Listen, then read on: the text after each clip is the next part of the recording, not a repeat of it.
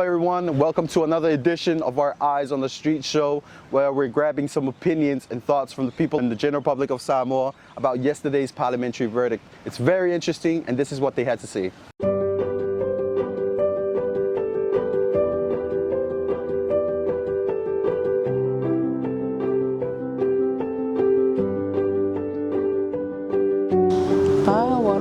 Ke mga omia swinga malo le fainga malo a miotonu fainga malo fa maongi manelo fa pawan me kala ko ka ko Palemene ka ko nga ka ko fa vai masani ali nga te ile ta sisi lava fa le fa ma fa maoni la tunu pa taila pawale mga kuya ye kula ya mo file mo ka ko malo ya fa finagalo ai e ku mai lua e sanga e faifile mu ya mo se malo leima file mu ya fa kai mo le mo e bon ai ku ile paide il Palemene ya fa pa ai a ku se ba mo ya ka wala boy sa ka won ku pe se ba mo ku ile fa no le a kam kilo ho ya ku e fa il Palemene bo le Facebook ka sanga o ya pero ni ngala kala ka ke vai alo fa fol kama ku fa ya ni do ka usam ka ke de na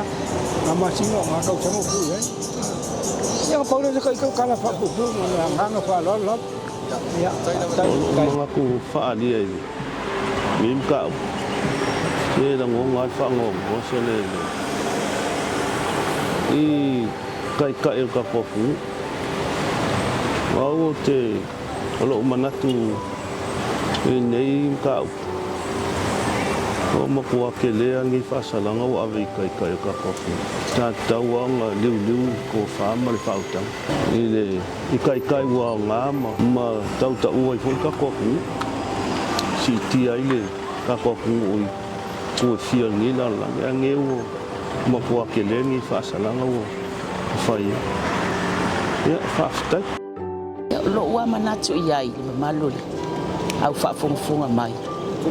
O le whaavai le atua.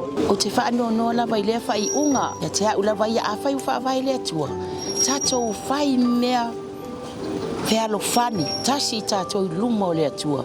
Ma ia maua se nofo whealo whani. Maua se manuia o se ai mo Samoa. Mo a tae au watu pulanga whai mai. Ai tu ule fufulu tiwa ai. O le whaavai le atua. O te lango ina. Pau o lea whaale lei. Tasi luma o lea tua, whanau o lea tua. Ia maua se whealo whani, maua se mahalo file mu e pei o le aunga o le whaavai lea tua Samoa. Tasi tatou uma lava. O te whaanoa noa lava I lea whai unga ua whai. E mauti noa ina. Le o iai se whealo whani. Whai fulu tua ai. Tasi luma o lea lii. HRPP o le fast. E tasi luma o le ia maua se whealo whani.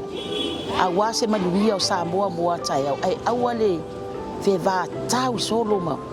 Whaalongo maisi Atunuu ua pei o se māloni. Se na kome nisi ua whifuri tua ai. Le ai se whealo whani, le ai se alofa. Le ai se whaavai luma o le atua. Ia o sio o. Ma whauwhau na iai ma sio o langona na iai. O te le lango ina. O te lango ina le whaatasi. Whealo whani, whaavai le atua. Le atua nai whaavai ai.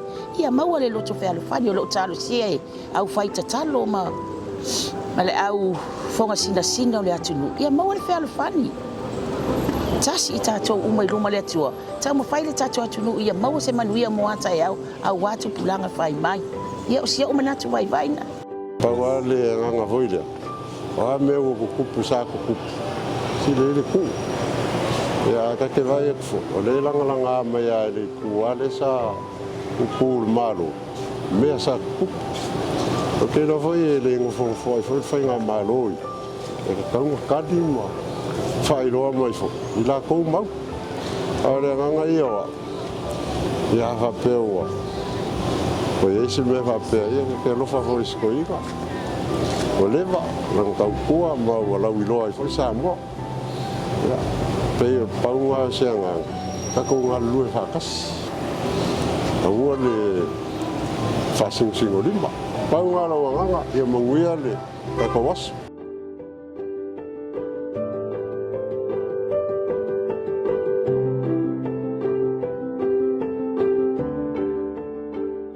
That is it, Samoa. Those were some of the opinions and thoughts given out by the people and the general public of our nation down here in Apia. If you want to share some of your opinions and thoughts, put it in the comments below. Like our page on Eyespy Radio 87.5. Keep it locked.